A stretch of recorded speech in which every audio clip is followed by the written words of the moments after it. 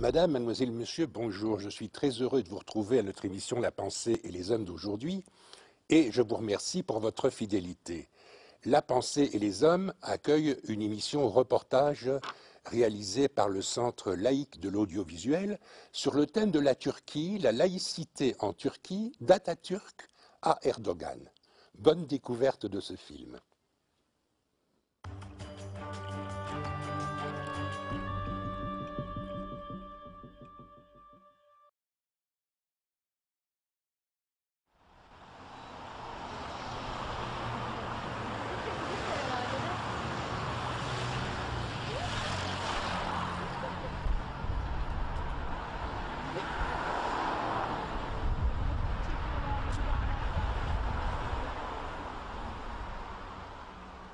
Alors ici, nous sommes au siège social du Parti social-démocrate de Turquie, le seul parti de gauche de la Turquie. Le seul parti réellement laïque Réellement laïque et réellement de gauche. Alors moi, je suis aussi, par ailleurs, indépendamment du parti, président du Centre d'action et de pensée laïque de Turquie. Est-ce que vous vous appelez réellement laïque officiellement? Non, on ne nous a pas permis. Pour fonder une association, même de fait, il faut d'autorisation des autorités. Quand je suis présent avec laïcité, le mot laïque, ils ont dit non. Alors on a changé, on a dit humaniste. Donc maintenant nous nous appelons le Centre d'action et de pensée humaniste. Pourquoi avez-vous été... vous êtes interdit Ils ont un peu d'utiliser peur, le je pense, du mot laïque, parce que comme il n'y a pas de laïcité dans ce pays, dire le mot laïque, ça les gêne, j'ai l'impression. La première chose dans notre lutte, c'est la disparition pure et simple de direction des affaires religieuses de l'État. C'est-à-dire, s'il doit y avoir une direction d'un organisme comme ça, c'est les affaires des musulmans, ce n'est pas l'affaire d'État. L'État ne doit pas avoir de religion. Actuellement, la Turquie est un État religieux, ayant une religion. Non, imaginez, tous les jours on monte, on construit une mosquée ici. Les chrétiens orthodoxes grecs ont une école depuis quelques siècles, c'est fermé, ils n'arrivent pas à ouvrir.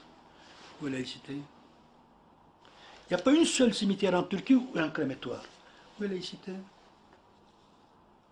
Je peux montrer en Turquie des villages énormes des Alavites où il y a une mosquée. Il n'y a personne qui y va. Qui a fait ça? L'État. Non. Donc, alors, laïcité que nos amis, avec peut-être de bonne volonté, disent que la Turquie est un pays laïque, halte là, vous ne passerez pas, comme dit le brave soldat belge au bord de l'Isère.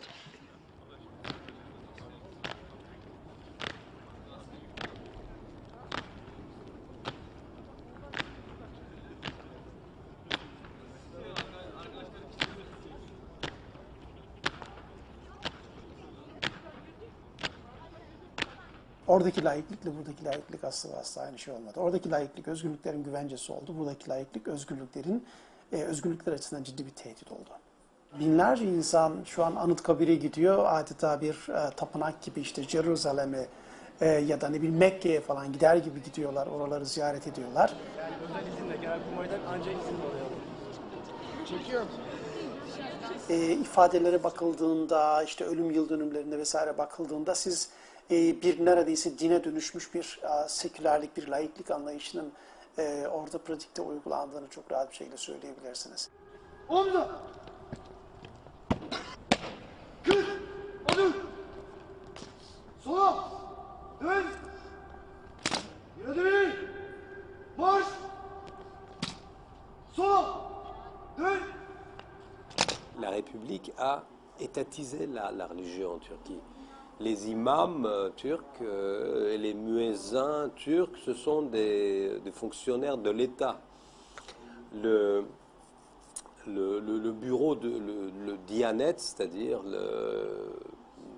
la très grosse structure d'État qui s'occupe des affaires religieuses, eh bien, ça a été créé par Mustafa Kemal, donc à la République, et le but, c'était de contrôler la société à travers, justement, cette institution étatique qui obéissait directement au pouvoir politique. Donc c'est vraiment une laïcité bizarre. Les écoles coraniques, c'est-à-dire le catéchisme musulman, étaient exclusivement organisées par la direction des affaires religieuses. Il est interdit à la mosquée ou aux communautés de pratiquer leur propre cours de catéchisme. Il était interdit de pratiquer tout culte religieux hors la mosquée. Autrement dit, des gens, s'ils se réunissaient chez eux pour lire le Coran ou pour faire des prières, c'était interdit, c'était une activité illégale. Et moi, dans mon enfance, encore dans les années 60, je me rappelle qu'on lisait dans les journaux la police ou la gendarmerie, quand il s'agit de religion, de village, ont arrêté des personnes qui faisaient des prières clandestines. Donc quand on dit Mustafa Kemal a mis en place une laïcité, oui, a mis en place une laïcité qui n'est pas la laïcité à la française, c'est une laïcité beaucoup plus autoritariste, c'est une laïcité qui veut contrôler l'espace religieux par l'État, qui veut encadrer les pratiques religieuses par l'État.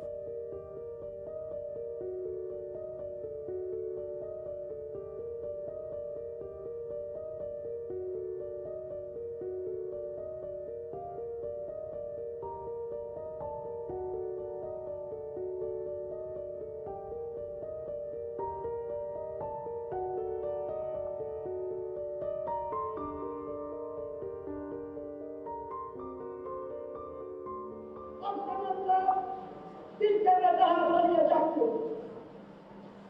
Asla şüphem yoktur ki Türklüğün unutulmuş büyük medeni vasfı ve büyük medeni kabiliyeti bundan sonraki inkişafıyla afinin yüksek medeniyet ufkundan yeni bir güneş gibi doğacaktır. Türk milleti Mustafa Kemal a régné comme un dictateur. Il était un dictateur moderniste, un dictateur pas très sanglant, tout ce que vous voulez, mais c'est un dictateur quand même. Sauf, il faut reconnaître qu'il y a une vraie volonté de modernisation ambitieuse.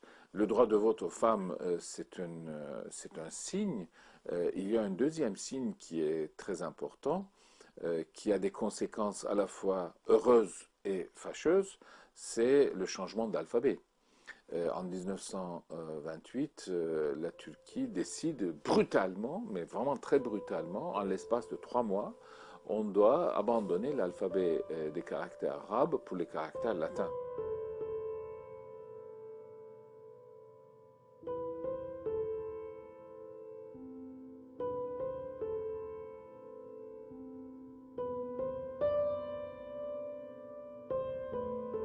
Ça a des conséquences heureuses au sens où ça permettait à la Turquie de s'ancrer beaucoup plus à l'Occident, parce que sa volonté, la modernisation, c'est de devenir comme les Occidentaux, d'où l'interdiction de porter le fez, d'où le changement d'alphabet, d'où la laïcité, les changements de code vestimentaire, le droit de vote aux femmes, etc.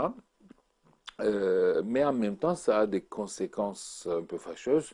Par exemple, aujourd'hui encore, la société turque, des gens qui ont grandi après 1930, sont incapables de lire les lettres de leurs grands-parents.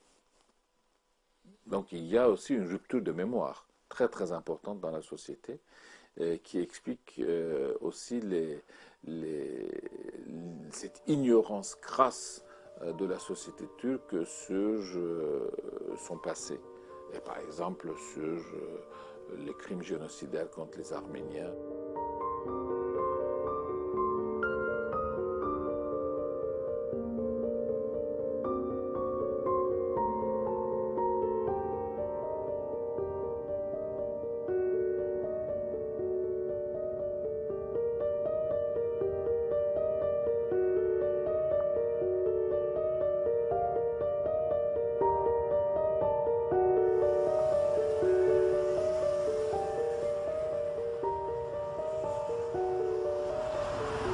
19th January 2007, the founder of Agos newspaper, Hrant Dink, was assassinated on this place, that spot. There was a trial, and Hrant Dink was accused of insulting Turkishness, Turkish identity.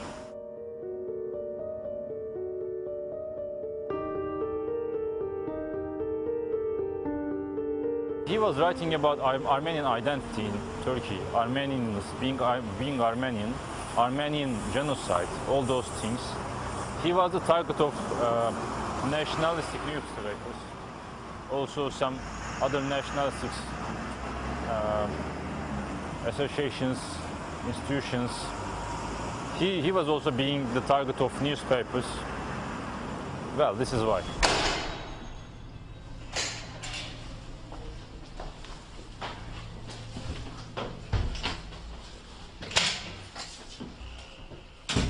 Agos is founded as a minority newspaper, actually specifically Armenian minority newspaper. But after the assassination of Hrant Dink, it transformed into a more political newspaper, a weekly newspaper.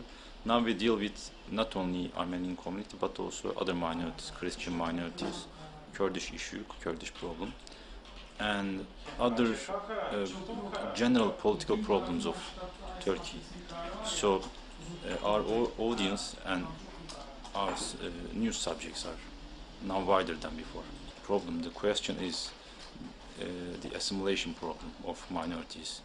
They want them to have same identity, same culture, same language, same maybe religion.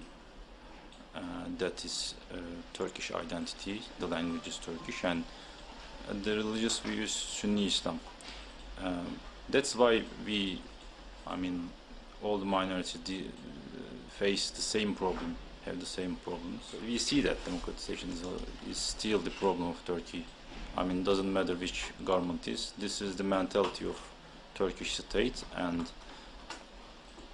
a simple government change doesn't change that mentality quickly.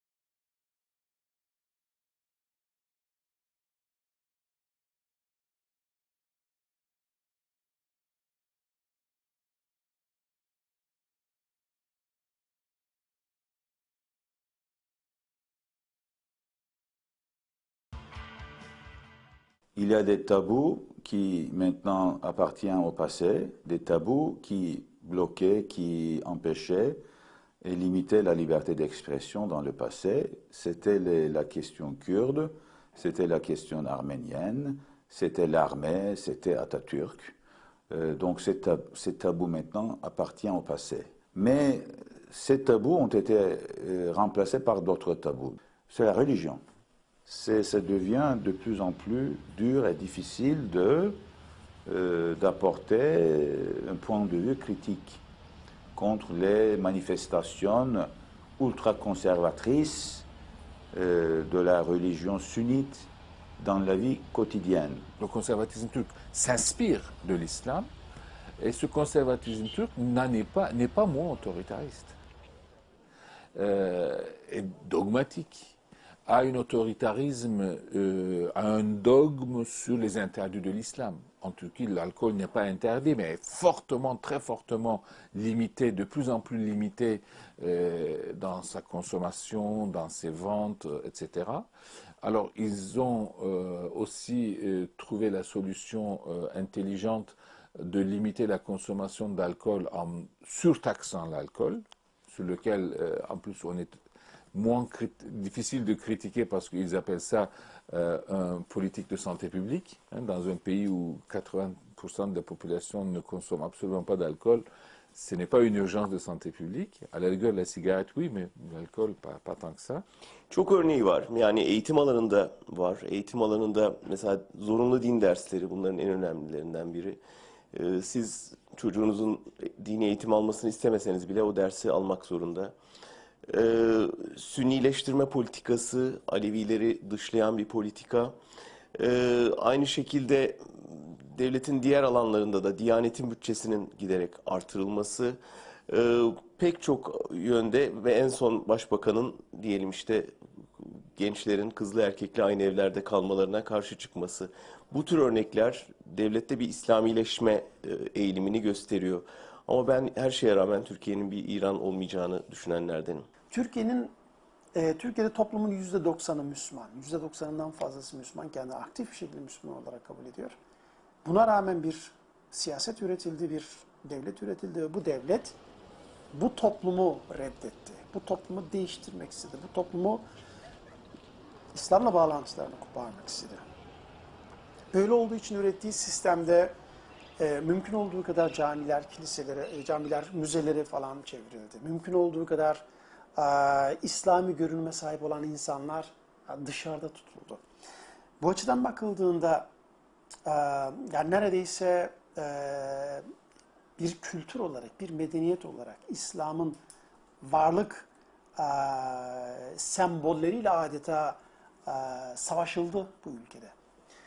90 yıl boyunca bu gerçekleşti. Şimdi bugün artık o sistem işlemiyor. Antidemokratik bir sistem ve Avrupa'nın içerisinde bir ülke böyle bir sistemi benimsemiş olmuş olsaydı nasyonal sosyalizmin muamelesine tabi tutardı. Ama İslam coğrafyasında olduğu için Avrupalılar ona müsamahayla yaklaştılar. Non, c'est vrai que le gouvernement essaye d'imposer ou un certain nombre de choses, notamment au niveau de l'éducation. Par exemple, une cours obligatoire sur la vie du prophète et des choses comme ça. Mais encore une fois, comme pour la chose politique, eh bien, ces tentatives de contrôle ne marchent pas. Et n'ont aucune chance de marcher. On a les statistiques, les gamins ne vont pas à ces cours-là. Ça ne les intéresse pas d'apprendre la vie du prophète.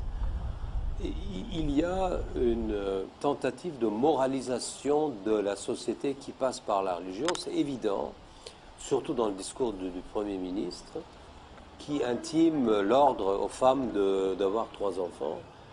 Mais c'est ignorer superbement les lois sociologiques dans les sociétés qui font la connaissance avec la consommation, les sociétés qui se modernisent, ben les femmes, musulmanes ou pas, elles ne font pas d'enfants, ou alors elles ne font pas 3 enfants comme le veut Monsieur le Premier ministre turc. The basic concern about this government, about this present Islamist government or ex-Islamist government, or as conservative government as they call themselves, is their lack of understanding of democracy or their democracy deficit, rather than posing a threat on secularism in Turkey. It turned to be a one-party, one-man state, and now it becomes even more visible. For instance, there had been growing pressurizing on the rights and freedoms of expression, media, and Turkey is infamous about putting pressure on media, and that Turkey imprisons some journalists, mostly Kurdish though, or some leftists.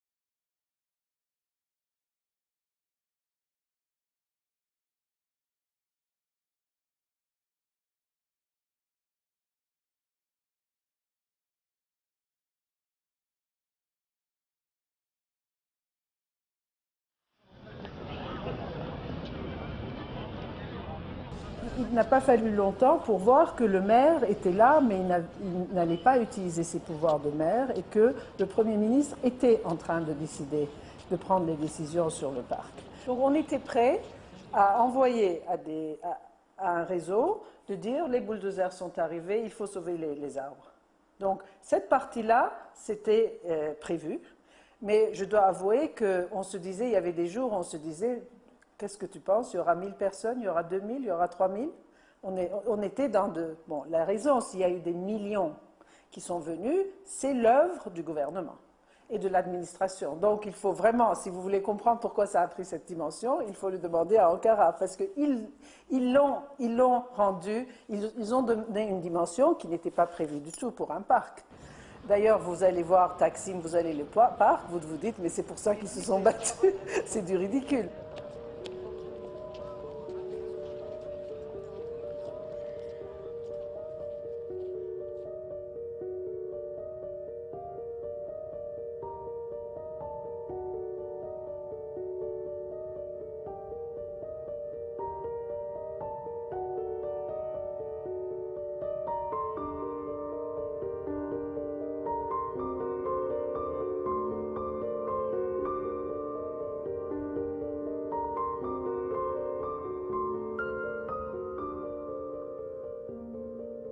Ya 10 gün, 15 gün Gezi'de bir komün yaşandı. Polis çekilmek zorunda kaldı ve Taksim Dayanışması kuruldu. 100 kadar yapının yer aldığı, siyasi partiler, sosyalist gruplar, sivil toplum kuruluşlarının da yer aldığı, işte gay, lezbiyenlerin de farklı politik kesimlerin de yer aldığı bir yapıya dönüştü. 15 gün sonra polis gaz bombası ve şiddet zoruyla parkı geri aldıktan sonra yaklaşık 2 ay falan her hafta neredeyse Taksim'e protestolar için çıkıldı ve bir tür eylem zinciri gerçekleşmeye başladı. C'est aussi par la même occasion la fin de l'empire de la peur, parce que c'est un gouvernement très fort, hégémonique. Le Premier ministre, il est omniprésent, il est omnipotent, mais il est aussi omniscient. Il veut tout faire, c'est un micromanager. Donc les gens ont dit basta. Et en cela, c'est vraiment un soulèvement qui rappelle plus les indignés ou mai 68 que le réveil arabe. Hein. On ne peut pas comparer. Et je crois que, pour faire court, il y a vraiment maintenant dans l'histoire politique de la Turquie, il y a un avant Gezi et un après Gezi. Je crois que malgré toutes ces tentatives de minimiser Gezi, je crois que même le Premier ministre l'a compris. C'est la seule expression politique et démocratique qui a lancé un défi à son pouvoir.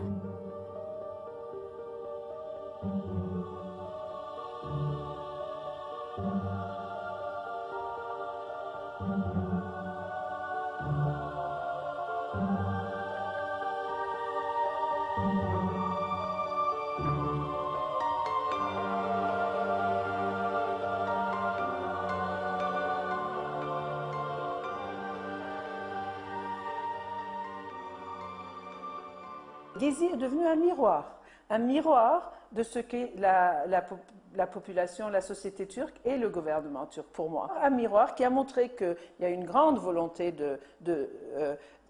d'individus qui veulent une liberté, d'expression. Il y a eu énormément d'humour, donc c'est très important. Donc ça montre qu'il y a de la réflexion et de l'intelligence. De l'autre côté, il y a encore des habitudes gouvernementales, d'administration qui n'ont pas changé depuis 100 ans, qui sont autoritariens, même si le même gouvernement avait l'air différent il y a 10 ans, etc. La mentalité de gouverner en Turquie n'a pas fait le passage encore que la société a fait.